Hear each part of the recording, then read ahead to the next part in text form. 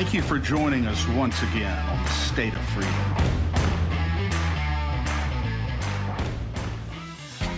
The State of Freedom is a listener-supported podcast. We are committed to pursuing the truth about policymaking, regulatory actions, and political maneuvers in Louisiana and at the national level that stand to impact your freedoms. Please support the State of Freedom by becoming a monthly supporter or member of the Warrior Circle, or by advertising your business, your nonprofit, or your event with us. Go to freedomstate.us. We are bypassing the mainstream media cartel and the establishment political parties in Louisiana and coming directly to you, spreading the uncensored voice of freedom across Louisiana and beyond. Tigerland Properties. These are licensed professional realtors in Louisiana, commercial, residential, investments, whatever you choose to do. These people, whether you're buying, whether you're selling, whether you want to invest, these people are the best in the business. They really are. Tigerland Properties, mainly they work in the Boot area of Louisiana, down in South Louisiana, but truly you could not be in better hands if you're buying or selling commercial, residential, or investing than Tigerland Properties. I encourage you to call them 225-320-3004. You'll want to make sure you're in good hands with commercial, residential, real estate, or investment. And they are the best.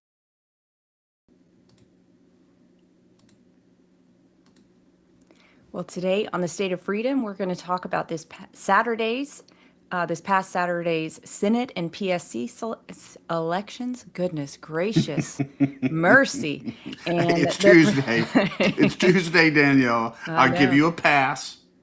You get a pass. And the profound message the people sent to the governor with regard to the amendments. We're also covering several major issues currently moving through the Louisiana legislature, including one that's an attack on independent journalism, a slew of bills that are last-ditch attempts to put some speed bumps in place as CCS comes barreling in unchecked, and a few bills that are very vitally important to all of our health. Welcome to the State of Freedom, everyone, where we are grounded in faith in the Constitution, and we're committed to giving voice to the truth, living with courage and taking action. It's Tuesday, May 19th. It's 8 a.m. Central.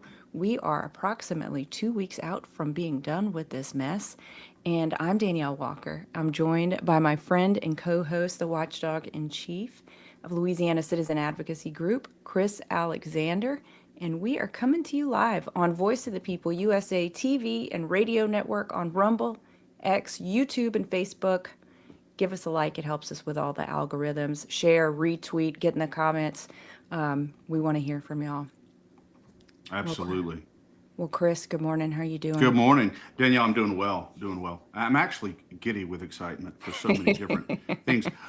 Unfortunately, and we'll get into it, there's a bill down at the legislature that's going before Senate Jude this morning that you're right, that would thwart independent journalism.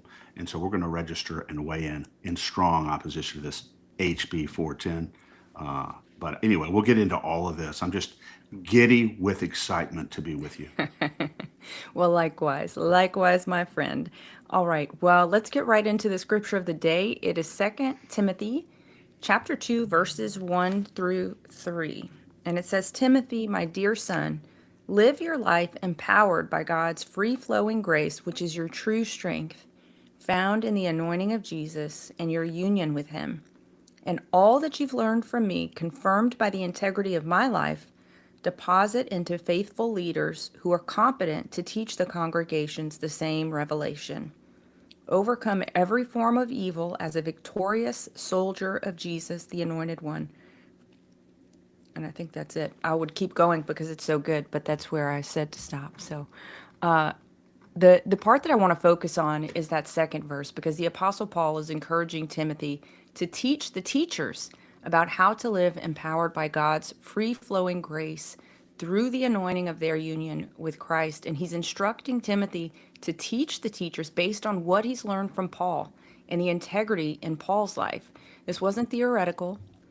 This wasn't some kind of esoteric teaching based on religious observations of someone, in a robe, distant, inside four walls of a church in perfect conditions. This was teaching based on real world, up close observations of how Paul responded to the suffering, the persecution, and the trials that he faced. This was teaching that he drew from firsthand, really gritty knowledge through their travel and work together of how, through it all, Paul maintained his integrity and his connection to the Lord Jesus when it was easy and when it was hard. And I believe this is what the Lord's challenging me with and all of us with this morning, to live a life so profoundly rooted in integrity, so immovable in integrity, and in such closeness with Christ that those who observe it and those who walk alongside us, closest to us, could point to our lives and say, this is the way to live. And Paul said it this way in 1 Corinthians 11:1, follow me as I follow Christ. I love it. I absolutely love it.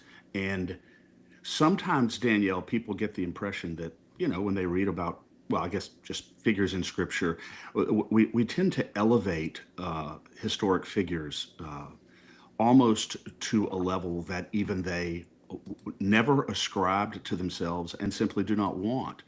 And I think it's important to point out that Paul's life was so profoundly rooted in Christ, but that does not mean that Paul was perfect. In fact, Paul talks about the thorn Yeah. in his side that the Lord would never take away from him, even though he asked him. Paul says that it saddens me that I do what I don't want to do, and I don't do what I should do. I think that was just so poignant that Paul, for all of his faith and for all of his zeal, clearly lays out the fact that he himself was not perfect. And part of being a Christian and living a life that is rooted in Christ is the ability to return to him after we have sinned, after we have done things that we perhaps are not proud of. Being a Christian does not mean being perfect by any stretch, and St. Paul was absolutely not perfect. Even after he converted to Christ, he was far from perfect, but he did not allow that to keep him or to demoralize him or to keep him from following his highest calling, which was to live and die for Christ. And we just have to keep to remember that, Danielle.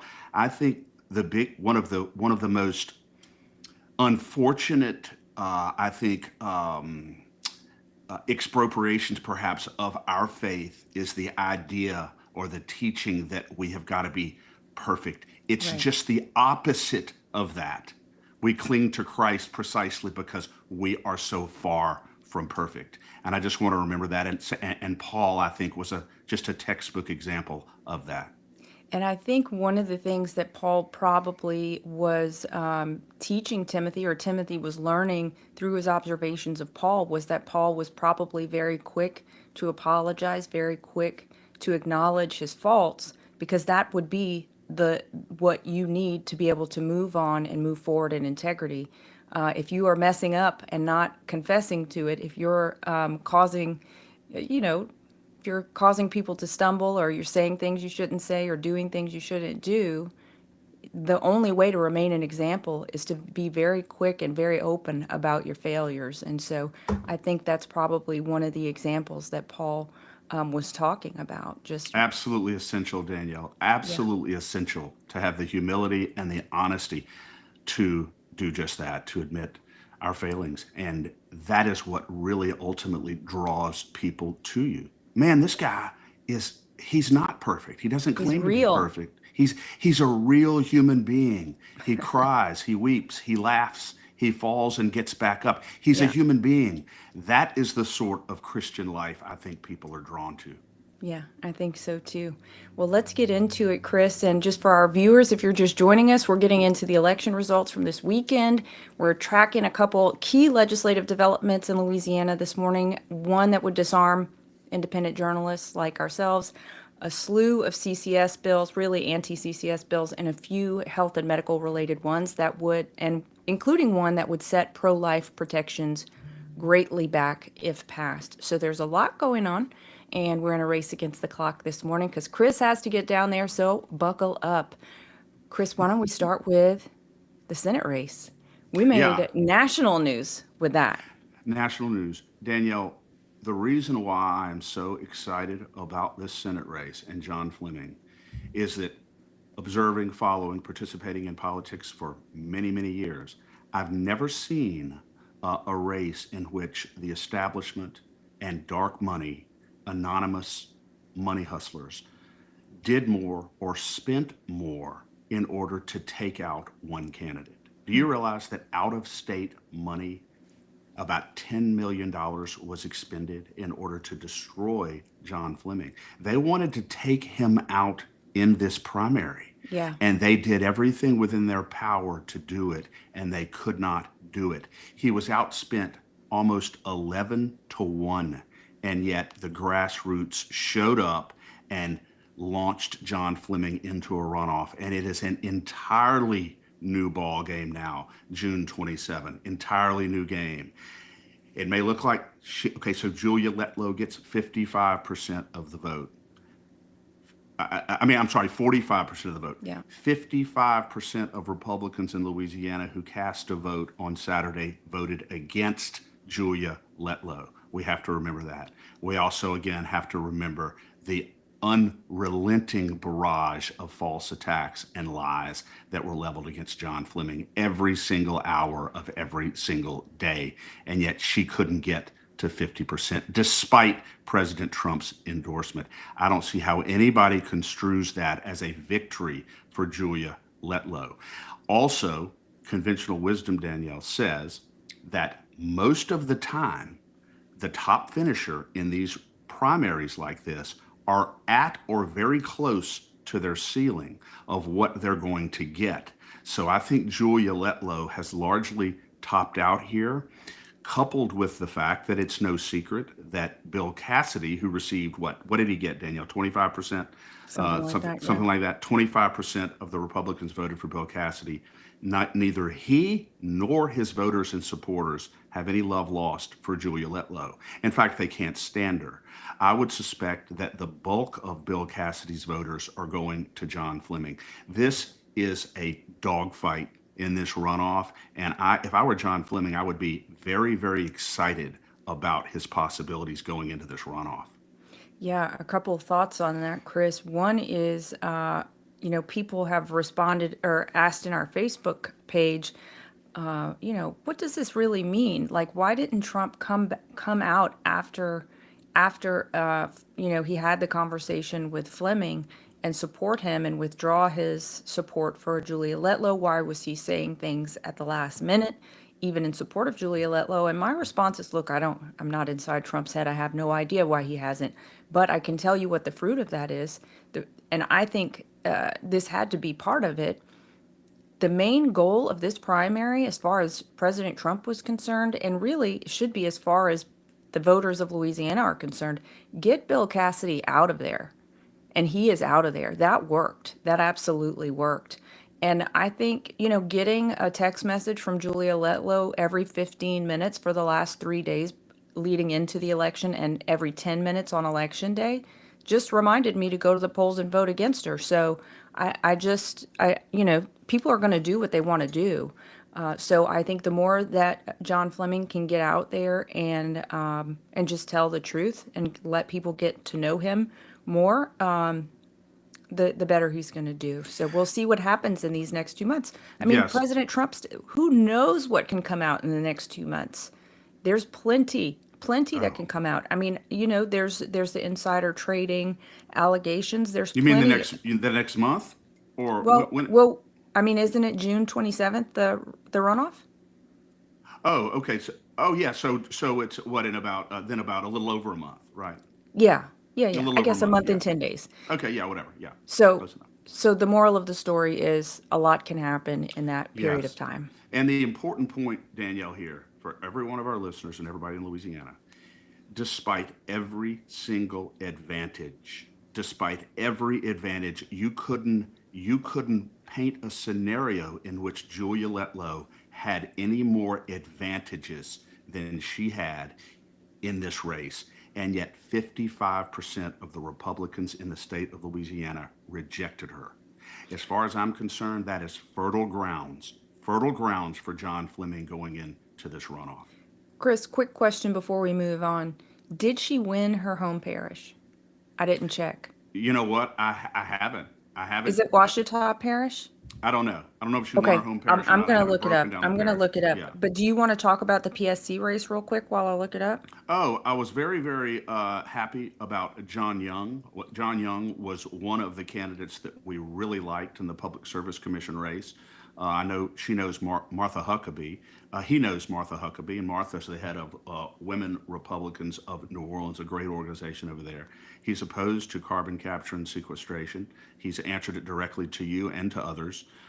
And he is going into a runoff with the notorious rhino, Stephanie Hilferty, runoff for the Public Service Commission District 1. Needless to say, we are big time behind John Young. And nobody, Danielle, has the dossier on Stephanie Hilferty going back years that you and I have. Nobody has the dossier on Stephanie Hilferty. It would take people weeks and weeks and weeks to compile what we have on Stephanie Hilferty. So we have the goods. We're going to get John Young on, Danielle, at some point Yeah, between now and definitely. tomorrow. This Public Service Commission seat is so critically important. Yeah, and just a couple mentions on that as well.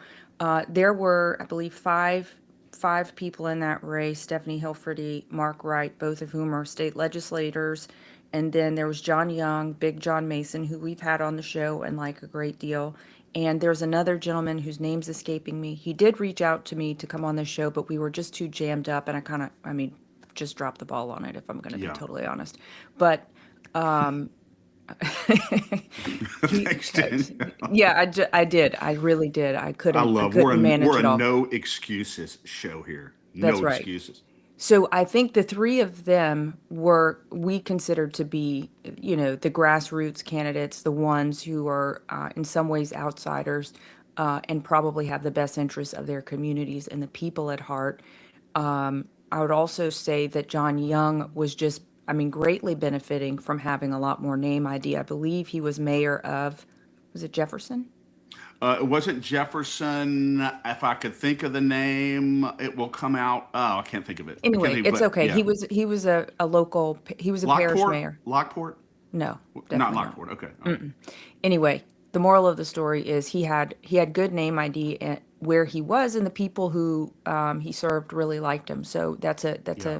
that's a good vote in his favor. And don't underestimate John Mason. Even though John Mason only got 7 or 8% of the vote, that's a critical 7 or 8% of the people who believed in John Mason.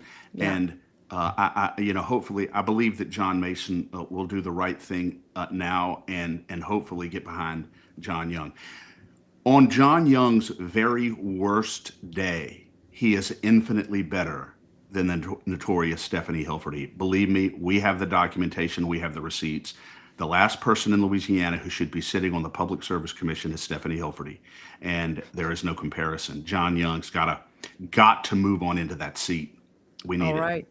Well, we'll get him on as soon as the session's over, and we're in a race to the finish line on that. June 1st is the last day, unless something crazy happens and they don't get the budget done in time and they keep extending. But I have a feeling they're pretty incentivized to go on vacation, so hopefully they'll get it done. Exactly. I'm incentivized to go on vacation, so no shade on them. Right. Their native inertia and desire for recreation generally holds sway in the end, Danielle. They'll end pretty soon. Yeah. All right, Chris. And then the amendments. To me, this was just such a beautiful, beautiful display of the absolute distrust of government that the people have in this state. Yes. The ultimate test, Danielle, of where the citizens of this state stand in relation to our government and the level of trust that we have for them is reflected in the results on these amendments. You're exactly right. Now, there was one of them, Constitutional Amendment 2, that had to do with St. George, that we did support. Yeah. but it was marginal support. And I'm not overly disappointed that all of them failed, quite frankly. And they failed substantially. These were not even close. And so, if you really want to put your finger on where the citizens stand right now and the level of trust that we have for our government, just look at those constitutional amendments that were pushed so heavily and so hard by the establishment this time around in Louisiana and look at the results. It was a flat, absolute, in your face rejection of establishment politics in the state of Louisiana. I could not be more thrilled. Yeah, my observations. One, I started a new rule that may come back to bite me whenever we are, very, very well funded and able to do this ourselves. But if there's an organization that has enough money to send out mailers to in support of amendments, you have to ask yourself, what do they have to gain from those amendments passing, especially when those amendments are specifically related to finances in our state. Yes, exactly. So, sorry, government, but you're not going to be able to raid the Revenue Stabilization Trust Fund. You're not going to be able to raid and liquidate dedicated education trust funds in Louisiana.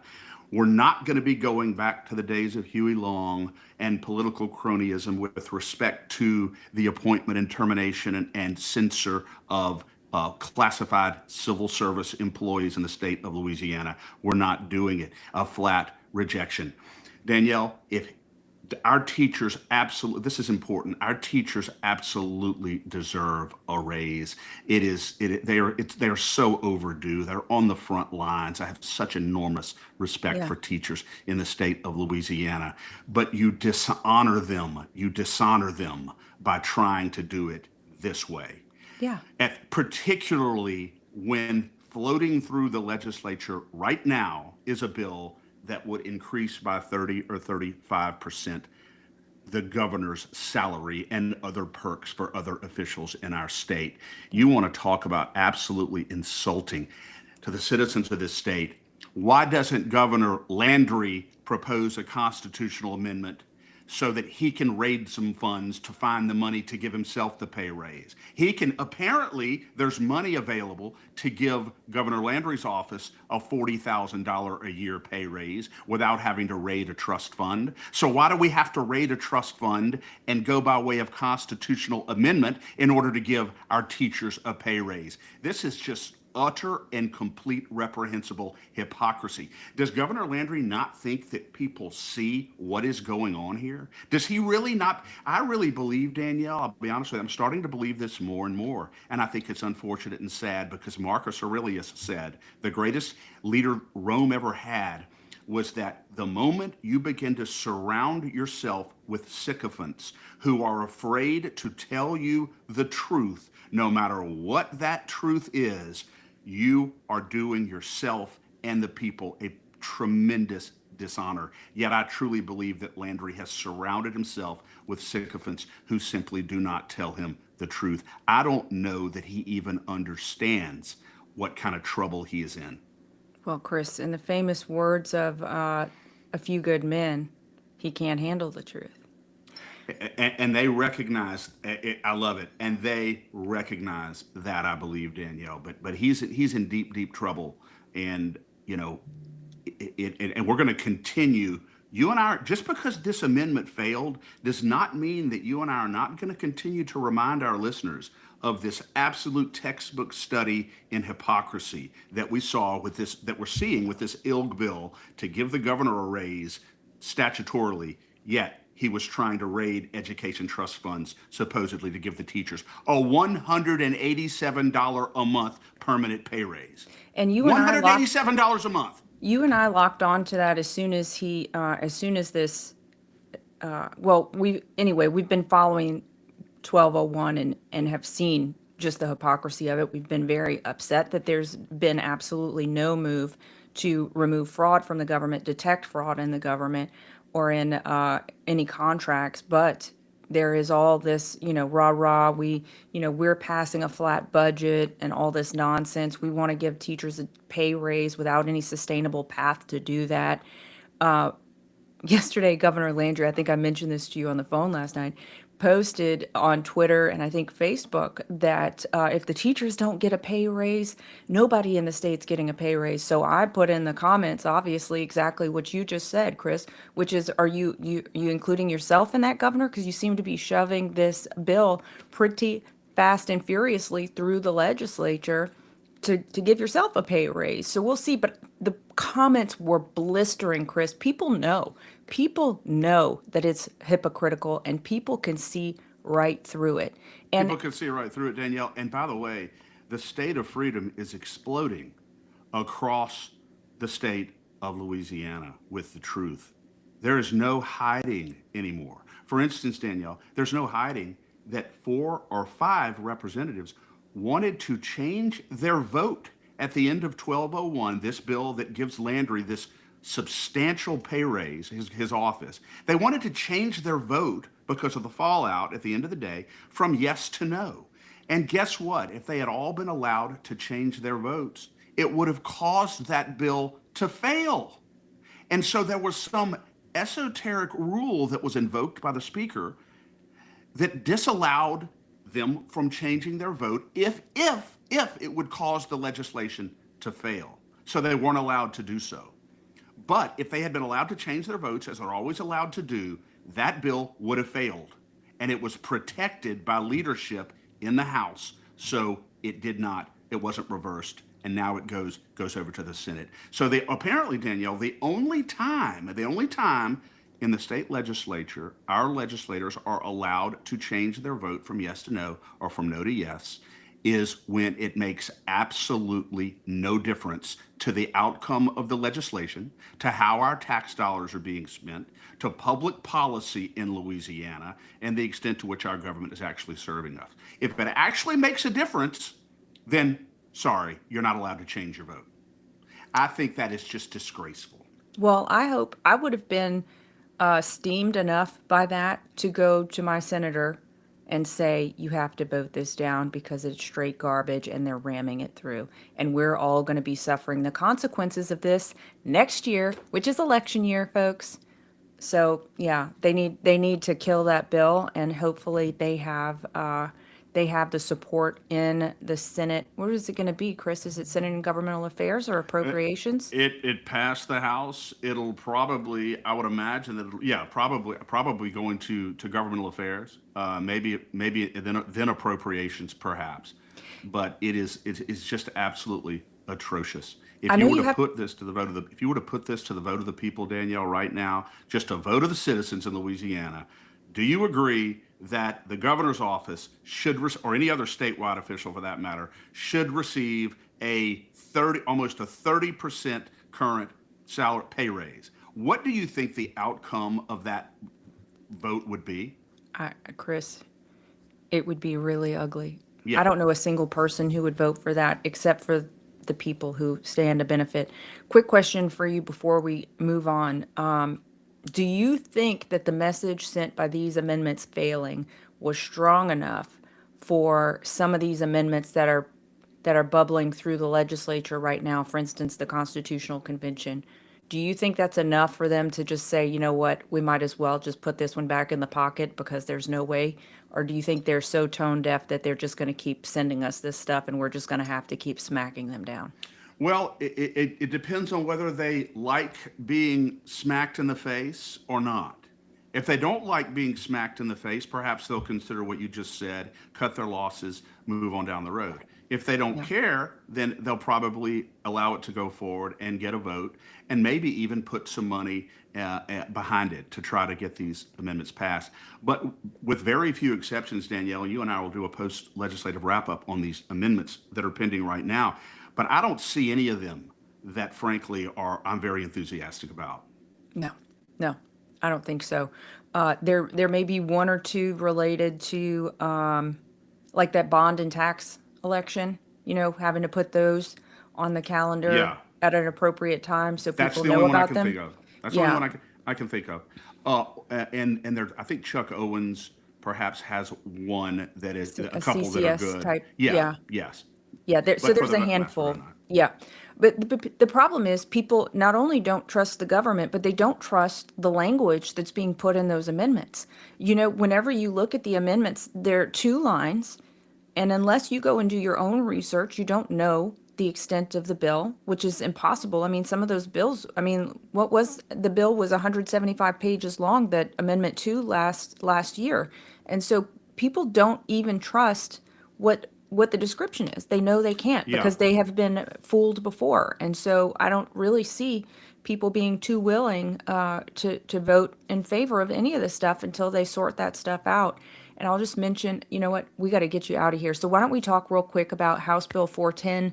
Lori Schlegel is coming up this morning in Senate Jude A at 9 a.m. And this is her two-party consent for recording a conversation bill. Yeah, this requires both parties to a conversation to consent for it to be recorded. 38 states in the country have what's called one consent, where if I'm in a conversation with you, Danielle, and I want to record that conversation, I can do it, and I don't have to tell you that I'm doing it. So her bill would make Louisiana an outlier, and under general circumstances require both parties or all parties to a conversation to agree and to authorize it being recorded. The bill does have some exceptions in it, which make it somewhat more palatable, but there's no exception in the bill to the good faith recording of public corruption. And what people need to remember is this: James O'Keefe and other forensic investigative journalists who have uncovered so much corruption in our government by recording government officials in public places like restaurants and bars, parties, and that sort of thing. This bill would absolutely outlaw that. Why is that? Why is that, Danielle? I don't quite, but the point, I think I know why, because they don't want public officials to, I mean, they are public officials, and I think that they're trying to inoculate public officials against things that they say in certain settings that they don't want people to know about. As far as I'm concerned, if a public official or someone who is managing or using taxpayer money is talking about an issue of public concern, there is no expectation of privacy, and it should be allowed to be legally recorded if they're talking about a public issue. That's why this bill should fail, and that's why Louisiana citizens should be very, very concerned about it. And that's why I'm going down there to testify against it. Yeah, beautiful. I know you have to run, Chris. We are right at the time that should get you there on time to testify against this. So, very best. Thank you for going down there and fighting for us. Love you, man. And we will see you back here tomorrow for Warrior Wednesday. And just for the people in the chat, very sorry we haven't gotten to your chats, but you can see we're just trying to get Chris to the legislature. But we will, you can go on, Chris. You can go on. Fight like hell. See you. That's right. That's right. And we will, I'll just close his. Here we go. Yeah, I was just saying that we will definitely be addressing some of these things in the chat tomorrow. So please, if you can, plan to be back in the chat tomorrow. Katie, I agree with you. Pay raise adjusted for inflation. I bet that's what Landry and Big John Ilg are saying, that their 30% pay raise is adjusted for inflation. And I think, you know, we all deserve a 30% pay raise adjustment for inflation. There was a couple other bills. The reason I let Chris go and wanted to continue on is because there's a couple of other bills that are really important that I want to make sure everyone is aware of, even though you won't have the benefit of his brilliant, deep knowledge on these from me, but I can stumble through them a little bit. There's a slew of carbon capture and sequestration bills. Most of those are bills that are focused on giving an individual parish, which the parish is named, right? Like Sabine Parish, there's a handful of parish, Rapides Parish are two of the ones that I remember, giving those parishes the right to self-determine whether they want CCS in their parish or not. So there's, I think, about 5 bills like that. And there's a couple of other bills that would make it more difficult for those companies to do business. And then there's also one that would remove the damages cap. So if your house, for instance, got blown up by a carbon capture program or project, you could receive more than $250,000 in damages, which is the current cap. So we expect, I think that's, a lot of those are in Ways and Means this morning, so it's not happening in House of Natural Resources. A couple of other bills that I want to mention are in House Health and Welfare this morning. Two of them by my senator, Senator Mike Facey. The first is his bill that would prohibit fluoride in water. And the last way this bill was set forward was that if it gets all the way through the legislature, the parishes in which fluoride is in the water, because it's only in parishes that meet certain requirements of like having big water systems, big public water systems,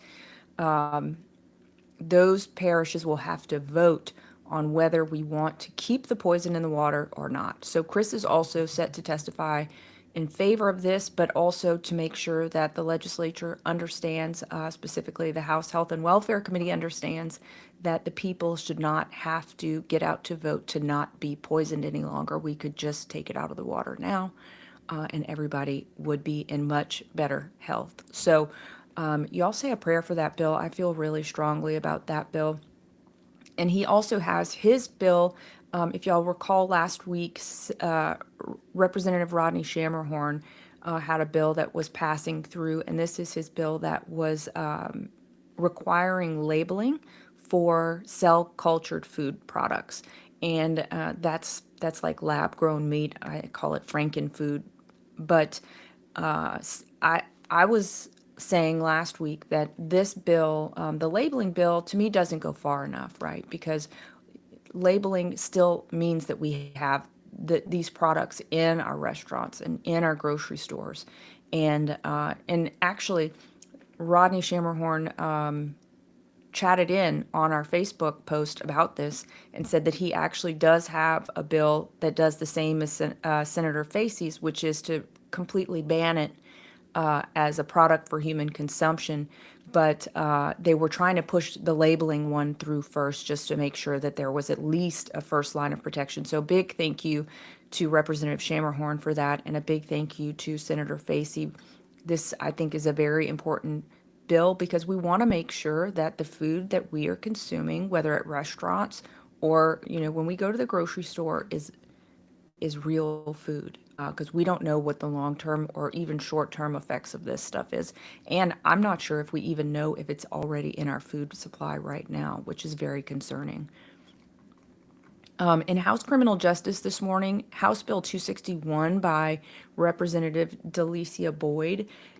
She brings this bill every year, and it's to provide exceptions to abortion laws relative to rape and certain sex offenses. So what she's trying to do is create a loophole, and it has gotten crushed every year, thankfully, by some strong pro-life advocates in the legislature. But the bill, she never requires anything of the women who go in for an abortion in terms of providing evidence that they had been raped or were victim to incest or anything like that. So it just opens this up to be a way for, you can just go in and say the word rape and then they will provide you with an abortion. And that's not what we need. That's not what the people of this state want or believe in. And so I hope that we will see this bill squashed this morning. I pray that our friends like Debbie Melvin are down there testifying vigorously against this one. And hopefully we can report to you tomorrow that it was killed in committee and not making it any farther. I have every expectation that it will be. And then tomorrow, a bill that's going that I just want to flag for everybody is House Bill 775 by Representative Emily Chenevere. And this is the bill that would give parents back control of medical procedures and treatments for their kids. And yes, there are some significant carve-outs, but this is a far, far better position to be in than the position we're in right now, which is kids can go in at any point in time and tell a doctor, tell a clinician of any kind, or a counselor that they believe they have this certain problem and they want treatment for it without their parents' knowledge. And so we don't believe in that. There are exceptions for pregnancy, sexually transmitted diseases. There are exceptions for emancipated minors, members of the military, and a few other things. So I think there's some reasonable carve-outs. There are carve-outs for cases of abuse as well. So y'all say a prayer for that, and maybe give a call to the Senate Health and Welfare Committee and let them know that you are in strong support of this bill, because parents deserve to be able to direct their kids' health care. And just a couple of announcements. Let me check in the chat. I haven't checked in the chat in a second. Okay. Yeah, and tomorrow, Warrior Wednesday, y'all plan to be in the chat. Hopefully, we'll have a little bit more time with Chris, and Paul Hurd will be joining us. He will be giving us the latest on the redistricting saga here in terms of both the legal, what's happened legally with all of the court back and forth, and also what's happening at the legislature.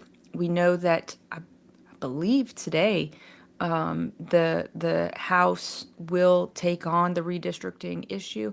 Honestly, I didn't see it in my tracking, so I'm not sure if that stands, but it may. So if it does, we'll find out tomorrow. And then on Thursday, we have another special treat, which is Peter Tickton is going to be with us, and he will be coming on to talk about the implications of Tina Peters' clemency being granted by Governor Jared Polis, what we can expect from her when she's out of prison, if she's able to talk freely. We will hope to have her back on here. If you've been following us for a long time, we had Tina Peters on here several times before she had to report to prison. So just y'all continue to pray for her. It's 2 weeks until she's released. She's due out of jail on June 1st. So yeah, just pray for her continued safety, her continued strength, and that she just makes it out of there safe, and then gets the medical and I don't know, community treatment that she needs. You know, she needs to be surrounded by good friends and support network. So y'all just keep her in your prayers, and we will as well. And I think that's all I have for you today, folks. Thank y'all for joining us. Thank you for bearing with me. I know I'm not the whiz at these bills that Chris is, but hopefully you got the idea and I didn't lead you astray.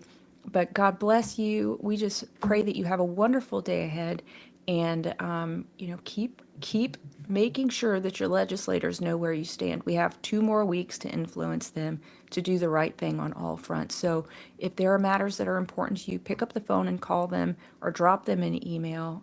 We think that they need to have absolutely no reason to say, no grounds on which to say that they did not know how you feel. So with that, I will leave you, and we'll see you back here tomorrow morning at 8 a.m. All right. God bless y'all.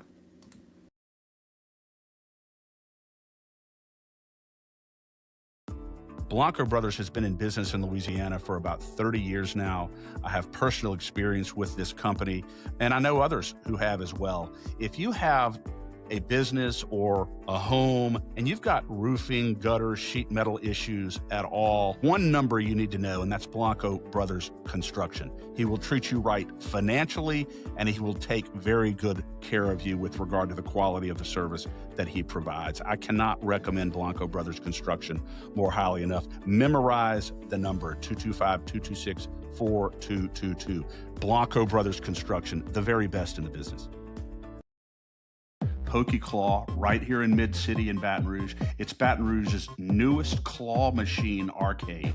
Jenin absolutely loves it. Packed with Pokemon gear and fun for all ages. You got to go to Pokey Claw. I love it. Jenin wants to go there every Saturday. It's just a wonderful place to go for the family, for the kids. Pokey Claw. Thanks for joining us today on the State of Freedom. Any follow-up actions, resources, and links to our sponsors will be in the show notes. All calls to action can be taken at lacag.org. That's LACAG.org. To learn more about our work, become a monthly subscriber, supporter, or advertiser at freedomstate.us. The State of Freedom, the #1 conservative podcast in Louisiana.